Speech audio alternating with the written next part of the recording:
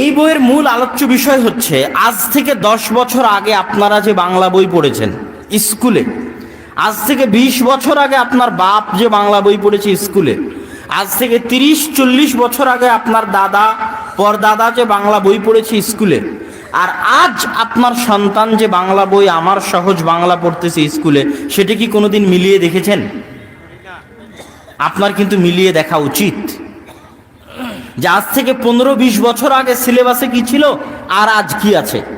আজ থেকে 30-40 বছর আগে স্কুলের একটা সিলেবাসে কি শেখানো হতো আর এখন কি শেখানো হচ্ছে। আগে কয়টা ধর্মের ঘটনা ছিল মুহাম্মদ সাল্লাল্লাহু মিথ্যাই থাক, বুড়ির ঘটনা মিথ্যাই থাক ছিল তো, কথা বুঝতে পারেননি?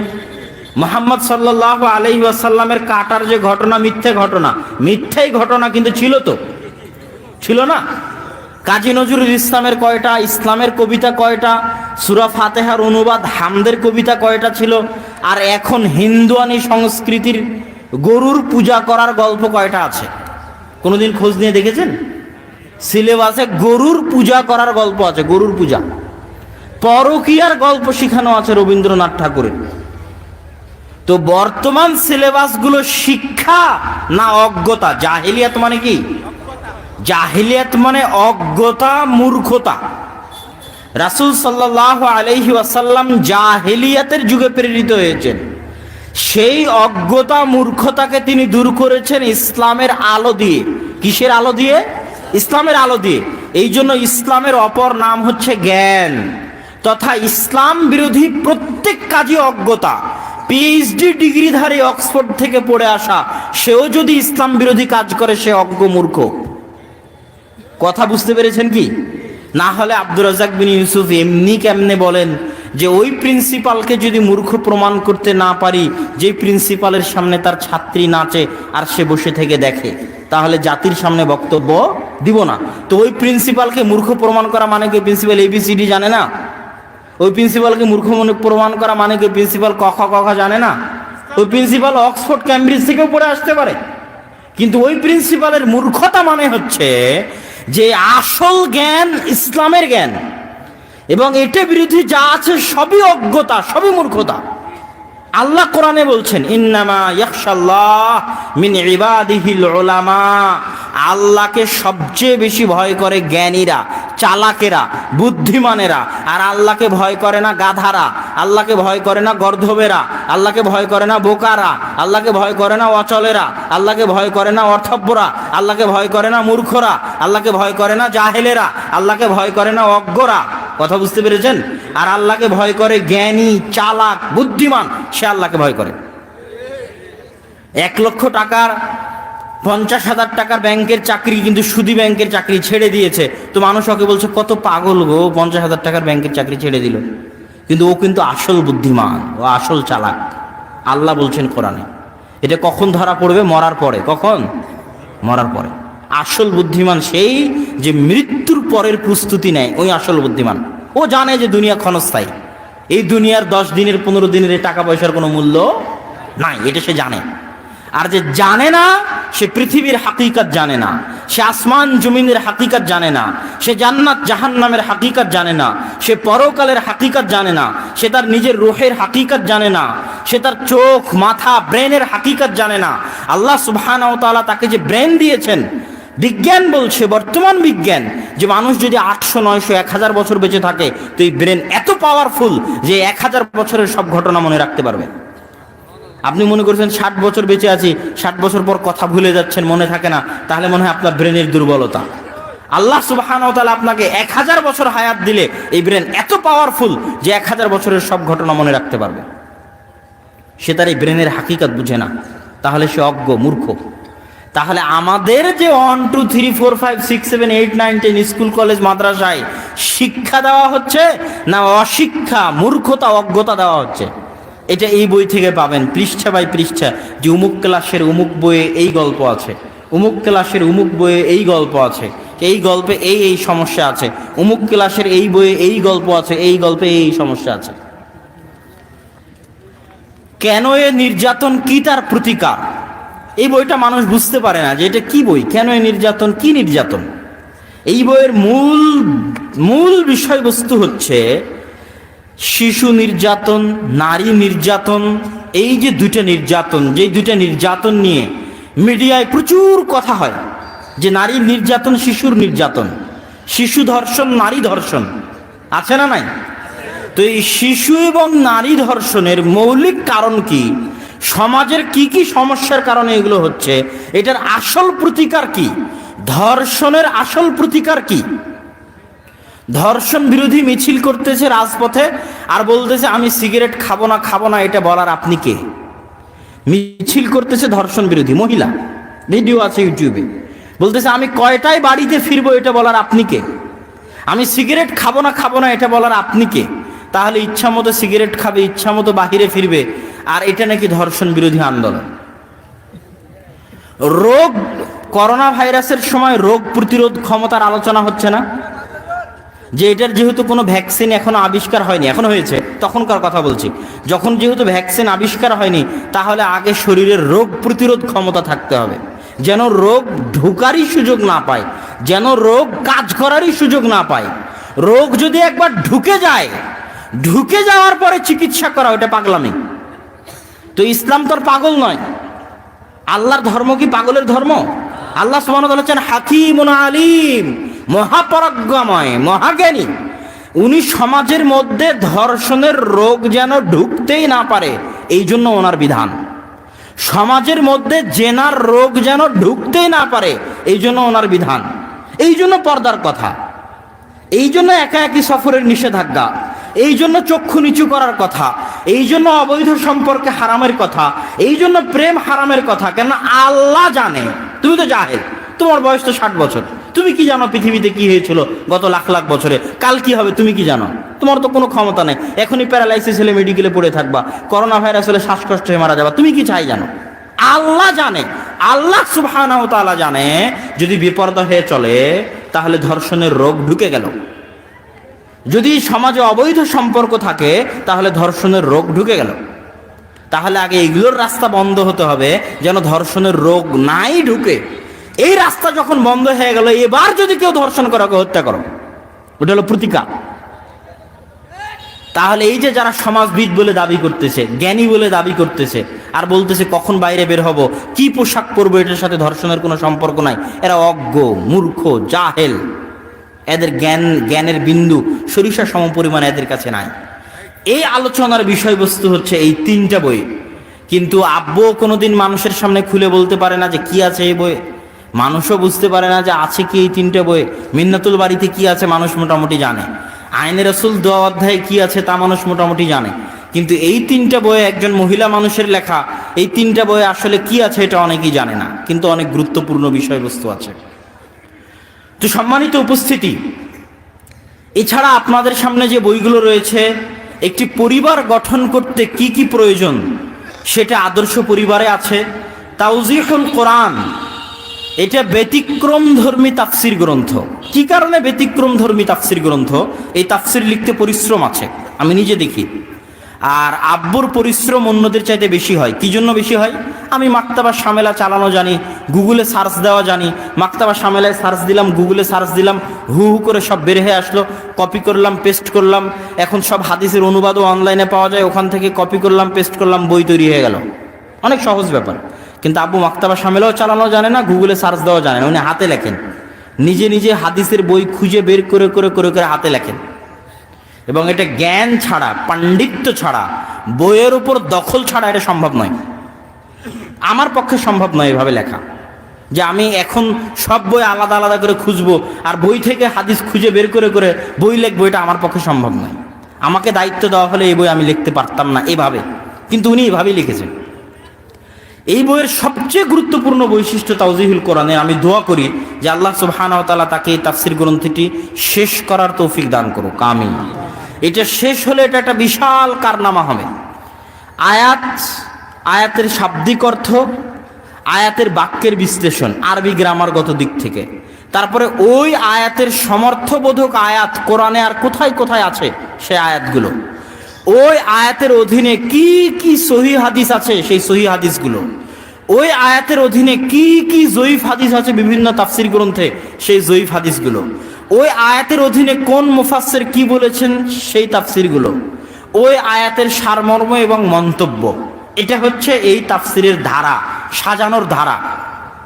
শাব্দিক অর্থ, বাক্য বিশ্লেষণ, আয়াতের অধীনে কোরআনের অন্য আয়াত, আয়াতের অধীনে সহিহ হাদিস, আয়াতের অধীনে জয়ীফ হাদিস, আয়াতের অধীনে মুফাসসিরদের মন্তব্য, শেষে সারমর্ম।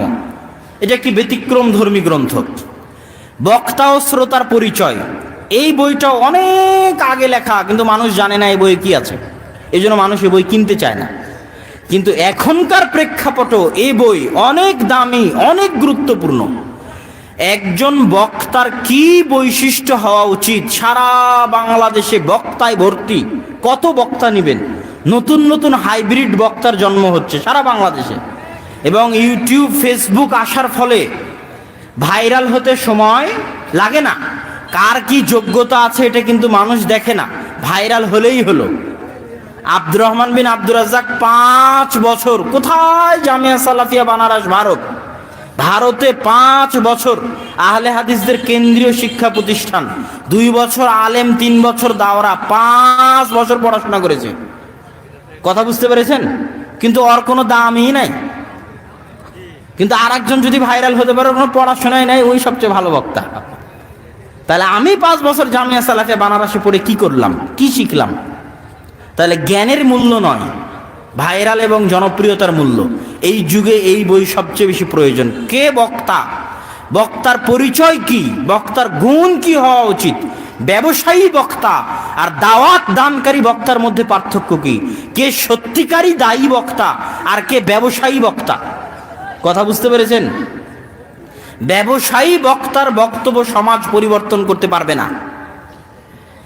যে সমাজ নেতাকে পরোয়া করে কথা বলে, কমিটিকে পরোয়া করে কথা বলে, টাকা পয়সাকে পরোয়া করে কথা বলে, সেই বক্তার বক্তব্য সমাজ পরিবর্তন করতে পারবে না, অসম্ভব, হতে পারে না। যে বক্তার পায়ে টাকার জিঞ্জির নাই, কন্টাক্টের জিঞ্জির নাই, কমিটির জিঞ্জির নাই। কথা বুঝতে পেরেছেন?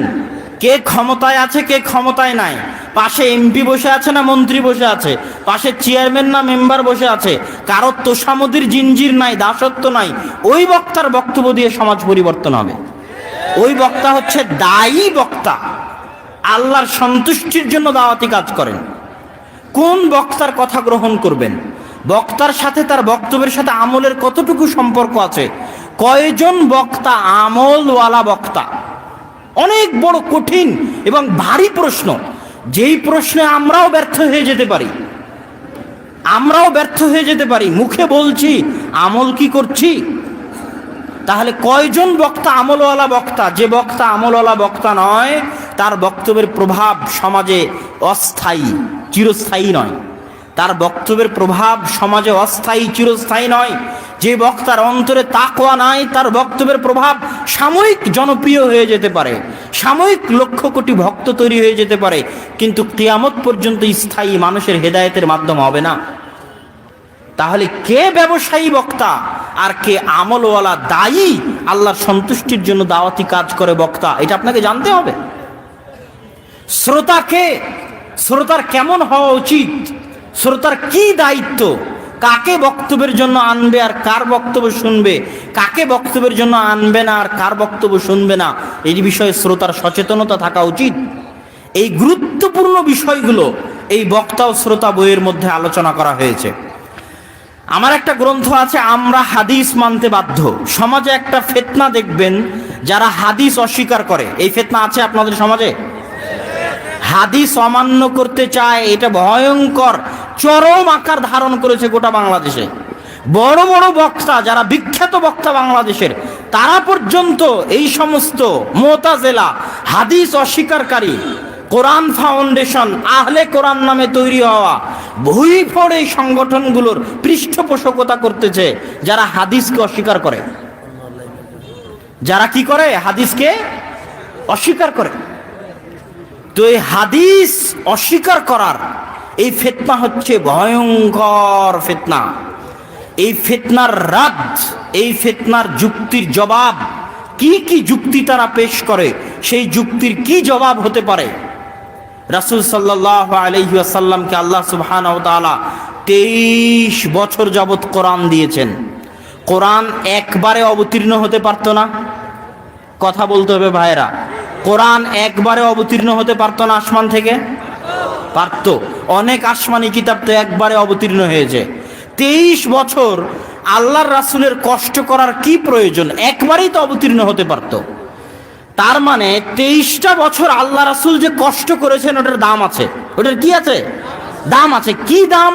ওই 23টা বছর আল্লাহ রাসূল কোরআনের ব্যাখ্যা করেছেন। কি করেছেন? কোরআনের কথা বলতে হবে। কোরআনের কি করেছেন? ব্যাখ্যা করেছেন।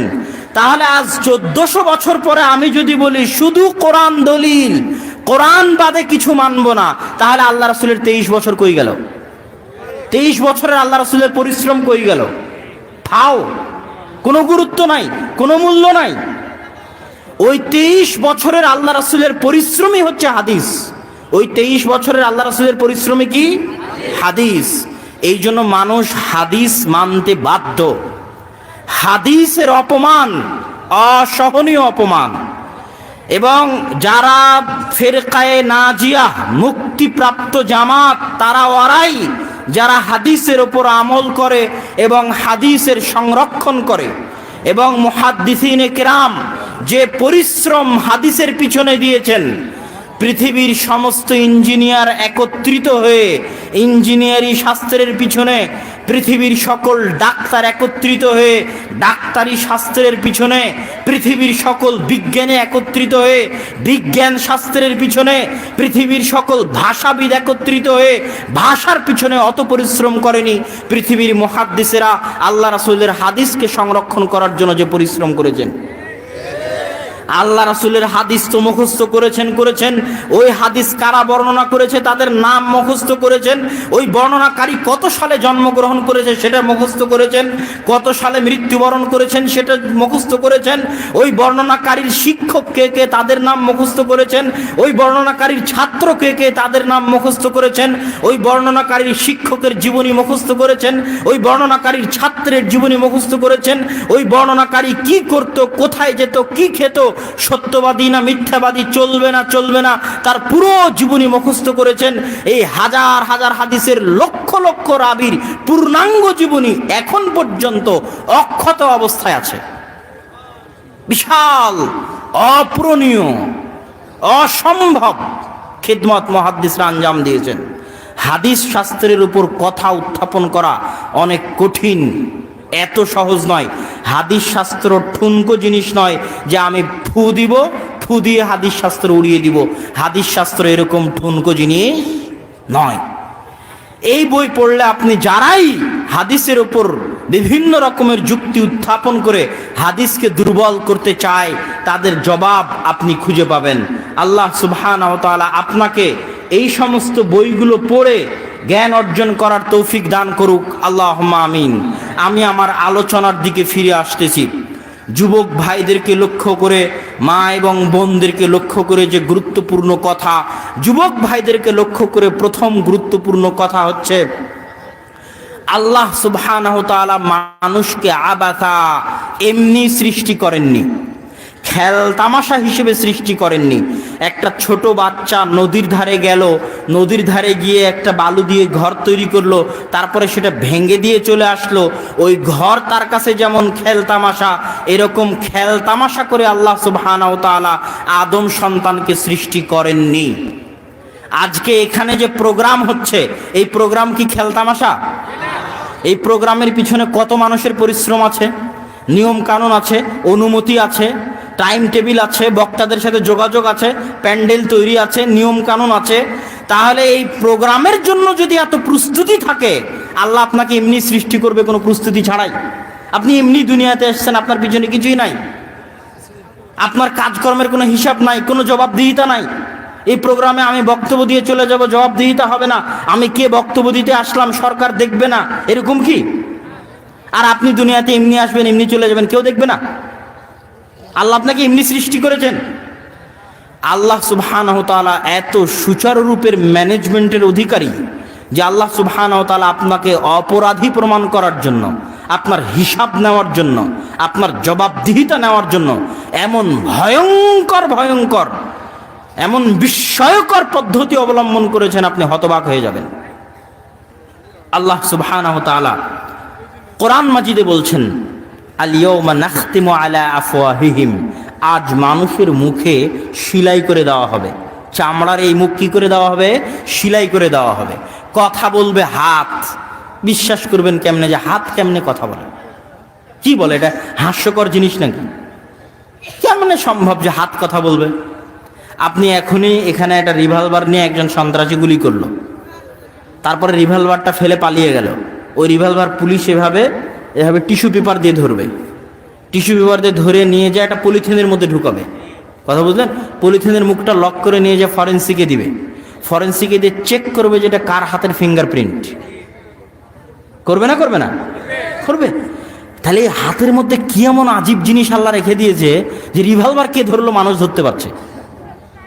ফিঙ্গারপ্রিন্ট দিয়ে মানুষ ভোট দিচ্ছে, পাসপোর্ট তৈরি করতেছে, যে এটা কার ফিঙ্গারপ্রিন্ট? অমুকের। লক্ষ লক্ষ মানুষের ফিঙ্গারপ্রিন্ট একটা আরেকটার সাথে মিলে না।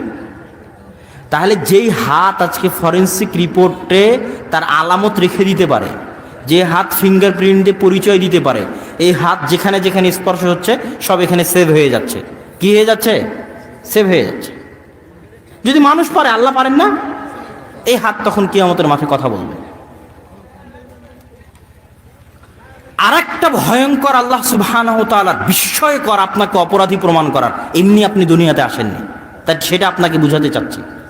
সবচেয়ে ভয়ঙ্কর যে জমির উপর বসে আছেন, মাটির উপর বসে আছেন। এটা আপনি মনে করেছেন মাটি কিয়ামতের মাঠে আল ইয়াউমা ইযিন তুহাদ্দিসু আখবারা, মাটি কথা বলবে। বিআন্না রাব্বাকা আওহা লাহা, সূরা জিলজালের আয়াত, যে তোমার প্রতিপালক নির্দেশ দিয়েছে কথা বলো। মাটি কথা বলবে। কেমন কথা? আপনাকে বলি, মাটিতে আপনি ধান লাগাচ্ছেন, ধান হয় না? হ্যাঁ, মাটি যদি এরকম জড়বস্তু হতো তাহলে ধান কোত্থেকে হয়? এই জড়বস্তুতে ধান হবে? এর উপর ধান লাগালে ধান হবে? তাহলে মাটি যদি জড়বস্তু হয় তো ধান কেমনে হয়? গাছ কেমনে হয়? মানে মাটির কিছু আছে। যেই মাটি ধান উগাতে পারে, যেই মাটি গাছ উগাতে পারে, ওই মাটি পৃথিবীর হাজার হাজার বছরের সব ধরে রাখতেছে। কিয়ামতের মাঠে এই ভয়ঙ্কর মেমোরি কার্ড কথা বলবে, টপ টপ টপ টপ করে কথা বলবে। আমার উপর এই এই এই এই হয়েছে, এই এই এই এই হয়েছে। এখন আপনি বলেন তো, আপনি কোনো কাজ করতে মাটির বাইরে যেতে পারবেন? হ্যাঁ, আপনার হাতের বাইরে যেতে পারবেন? কি সিস্টেম আল্লাহ সুবহানাহু ওয়া তাআলা করে দিয়েছে, আপনি যেতে পারবেন না। আল্লাহর ক্ষমতার বাইরে, আল্লাহর রাজত্বের বাইরে আপনি যেতে পারবেন না। তো যুবক, আমি তোমাকে বুঝাতে চাচ্ছি যে তুমি অপ্রয়োজনীয় সৃষ্টি নও। কাজের জন্যই তোমাকে সৃষ্টি করা হয়েছে, কর্মের জন্যই তোমাকে সৃষ্টি করা হয়েছে। তোমার দাম আছে, গুরুত্ব আছে। প্রত্যেকটা মানুষ একটা মেশিনের মতো। এই ক্যামেরাটা যদি আজ নষ্ট হয়, ভিডিও যদি না করে, এই ক্যামেরা ফেলে দিবে না ক্যামেরাওয়ালা? এই মাইক যদি কাজ না করে, পুরো অকেজো হয়ে যায়, একে ফেলে দিবে না? কথা বলছেন না কেন? ফেলে দিবে। তাহলে একটা মানুষ, তাকেও কাজ করতে হবে। যেমন আজকে এখানে অনেক মানুষ আছে মিস্ত্রি, যে হয়তো আজকে একটা ইট গেঁথে তুলেছে একটা দেওয়াল, তাহলে আজ সারাদিনের তার উৎপাদন হচ্ছে একটা দেওয়াল। এখানে একজন ভ্যান চালক বসে আছে, সে আজকে 10 কিলোমিটার ভ্যান চালিয়েছে, দিয়ে 100 টাকা ইনকাম করেছে। আজ সারাদিনে তার উৎপাদন হচ্ছে 10 কিলোমিটার ভ্যান চালানো আর 100 টাকা ইনকাম করা। এখানে আমি আব্দুল্লাহ বিন আব্দুর রাজ্জাক দীর্ঘ ঢাকা থেকে এখানে আসেছি, বক্তব্য দিচ্ছে, এটা আমার আজকের দিনের উৎপাদন। কি উৎপাদন? আর একটা যুবক সারাদিন বসে থেকে ফেসবুক চালাচ্ছে, পাবজি, ফ্রি ফায়ার, গেম, স্ল্যাপের নিচে, খেতার নিচে, বাড়িতে, মাঠে। ওর সারাদিনের উৎপাদন কি? ওই সারাদিন কি উৎপাদন করলো? হ্যাঁ, সারাদিন তার উৎপাদন হচ্ছে জিরো। তার মানে সে হচ্ছে অচল, অকেজো, অথর্ব, নষ্ট হওয়া যন্ত্র। ওকে ডাস্টবিনে ফেলে দিতে হবে। এটাই বাস্তব। সে নিজের জন্য বোঝা, জাতির জন্য বোঝা, দেশের জন্য বোঝা, পরিবারের জন্য বোঝা। সে অচল, আনপ্রোডাক্টিভ, তার কোনো উৎপাদন ক্ষমতা নাই। সে নষ্ট হয়ে গেছে, ধ্বংস হয়ে গেছে, পচে গেছে, গলে গেছে, সরে গেছে। সারাদিনে সে না নিজেকে কিছু দিতে পেরেছে, না পরিবারকে, না জাতিকে, না দেশকে কিছু দিতে পেরেছে। তার বেঁচে থাকার কোনো অধিকার নাই। ওকে এখন ডাস্টবিনে ফেলে দিতে হবে। আর এই ধরনের যুবকের সংখ্যা যত বাড়বে, জাতি তত পরাধীন হবে, জাতি তত দাস হবে, তত গোলাম হবে।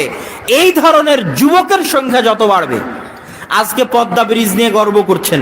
পদ্মা ব্রিজ নিয়ে তখন গর্ব করা যেত যখন পুরো পদ্মা ব্রিজের ইঞ্জিনিয়ারিং প্ল্যান থেকে শুরু করে সব ইঞ্জিনিয়ার টাকা নাহেন নিজের দেশের টাকা দেওয়া তো গর্বের নয়। গর্ব কোনটা? আমার ইঞ্জিনিয়ারের প্ল্যান, একটা ইঞ্জিনিয়ারও বিদেশ থেকে আনা লাগেনি। আমার ইঞ্জিনিয়ার এত জ্ঞানী, এত দক্ষ, এত যোগ্য, চায়না আমার ইঞ্জিনিয়ারকে ভাড়া করে নিয়ে যায়, ইন্ডিয়া আমার ইঞ্জিনিয়ারকে ভাড়া করে নিয়ে যায়। এটা হলো গর্ব। নিজে টাকা দিতে পারা তো গর্ব নয়। দেশের টাকা নিজের, সব বড় বড় ইঞ্জিনিয়ার বিদেশের। আর ওই পাবজি, ফ্রি ফায়ার গেম খেলেছে, মদ গাঞ্জা জুয়া আইপিএল নিয়ে ব্যস্ত থেকেছে। এই সব যুবকগুলো গিয়ে ওই পাইলের মধ্যে ইট বালু খোয়া ফেলে লেবারি করেছে। কথা বুঝতে পারেননি? এটাকে বলা হয় কর্পোরেট দাস। এই জিনিসটা, শব্দটা মনে রাখবেন। নতুন দাসত্ব। আজ থেকে 190 বছর আগে ইস্ট ইন্ডিয়া কোম্পানি যে দাসত্ব কায়েম করেছিল ওটা ছিল কর্পোরেট দাসত্ব। আজ 200 বছর পর নতুন করে যে দাসত্ব প্রতিষ্ঠিত হচ্ছে এটাও কর্পোরেট দাসত্ব। আপনি হয়তো ঠিক বলছেন, কিন্তু আপনাকে আরেকটু বুঝাই, না হলে আপনি বুঝতে পারবেন না যে কি কর্পোরেট দাসত্ব।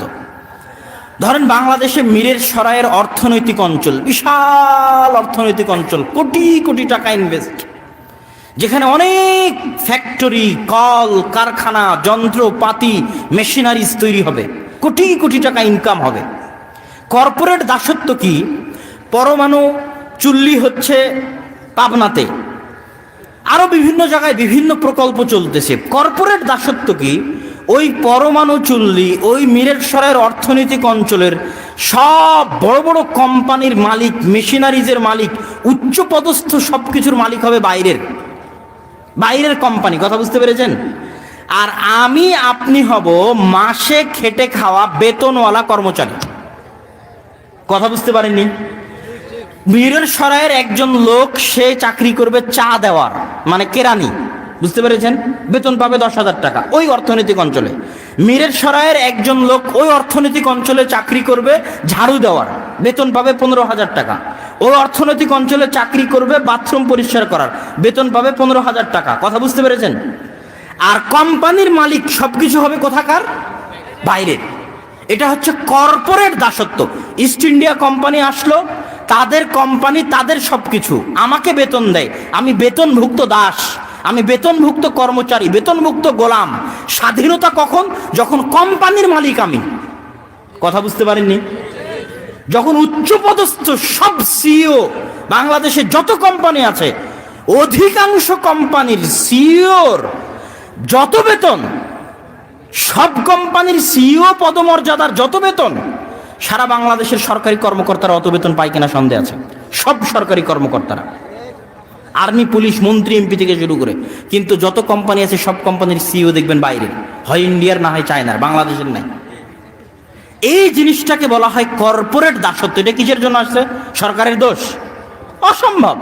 এখানে সরকারের দোষ কি করে হয়? তুমি ফ্রি ফায়ার পাবজি খেলবা, বলবো সরকারের দোষ? তুমি সারাদিন ফেসবুক ইউটিউব নিয়ে পড়ে থাকবা, তাস গাঞ্জা নিয়ে পড়ে থাকবা, আইপিএল নিয়ে পড়ে থাকবা, আর বলবা সরকারের দোষ? তুমি যদি আরো পাবজি ফ্রি ফায়ার খেলিস, আরো ফেসবুক ইউটিউব টুইটার নিয়ে পড়ে থাকিস, আরো মদ গাঞ্জা জুয়া তাস আইপিএল বিপিএল নিয়ে পড়ে থাকিস, তাহলে আজকে তো দাসত্বের জীবন শুরু হচ্ছে, কালকে রোহিঙ্গাদের যেরকম কচু কাটা করে কেটেছে তোকেও কাটবে।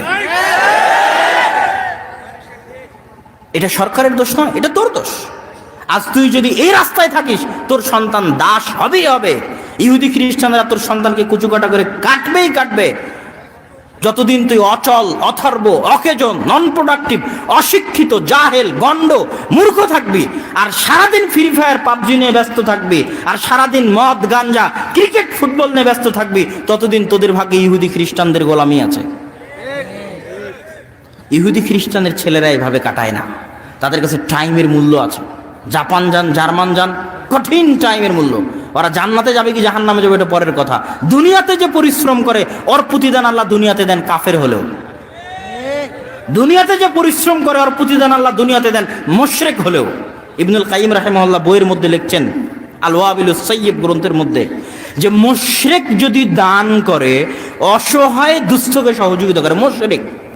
কাফের যদি অসহায় দুস্থকে সহযোগিতা করে, তাহলে ওই অসহায় দুস্থকে সহযোগিতা করার প্রতিদান ওই কাফের আর মুশরিককে আল্লাহ দুনিয়াতেই দিবেন, তাও দিবেন।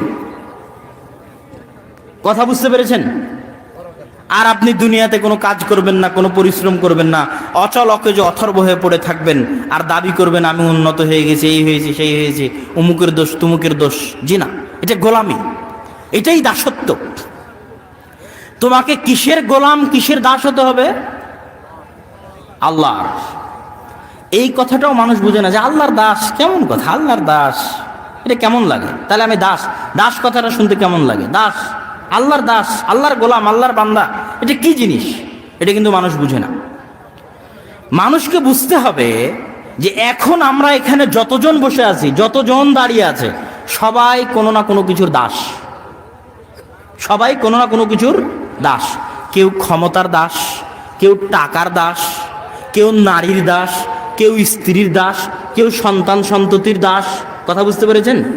কারো পায়ে টাকার নেশা বাঁধা আছে, টাকার দাসত্বের জিঞ্জির বাঁধা আছে কারো পায়ে, কারো পায়ে নারীর জিঞ্জির বাঁধা আছে, কারো পায়ে স্ত্রীর দাসত্বের জিঞ্জির বাঁধা আছে, কারো পায়ে ছেলে মেয়ের দাসত্বের জিঞ্জির বাঁধা আছে, কারো পায়ে ক্ষমতার দাসত্বের জিঞ্জির বাঁধা আছে, কারো পায়ে পাবজি ফ্রি ফায়ার গেমের দাসত্বের জিঞ্জির বাঁধা আছে, কারো পায়ে মদ নেশা জুয়ার দাসত্বের জিঞ্জির বাঁধা আছে, কারো পায়ে বিড়ি সিগারেটের দাসত্বের জিঞ্জির বাঁধা আছে। যতজন উপস্থিত আছে সারা পৃথিবীতে সবাই দাস, নিকৃষ্ট জঘন্য দাস।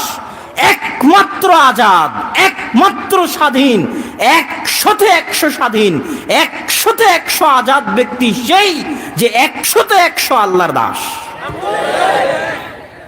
কেননা যে 100-100 আল্লাহর দাস, ওর না ক্ষমতার পরোয়া, ওর না টাকার পরোয়া, ওর না নারীর পরোয়া, ওর না পাবজি ফ্রি ফায়ার গেমের পরোয়া।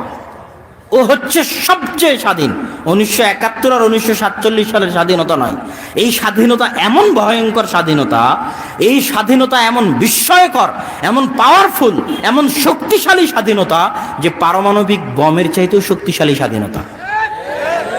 আবু বকর, ওমর, ওসমান, আলী 23 বছরে আল্লাহ রাসূল এমন বিপ্লব করলেন যে ওমর রাদিয়াল্লাহু তাআলা অর্ধ পৃথিবী দখল করে নিল। কি এমন জাদু ছিল?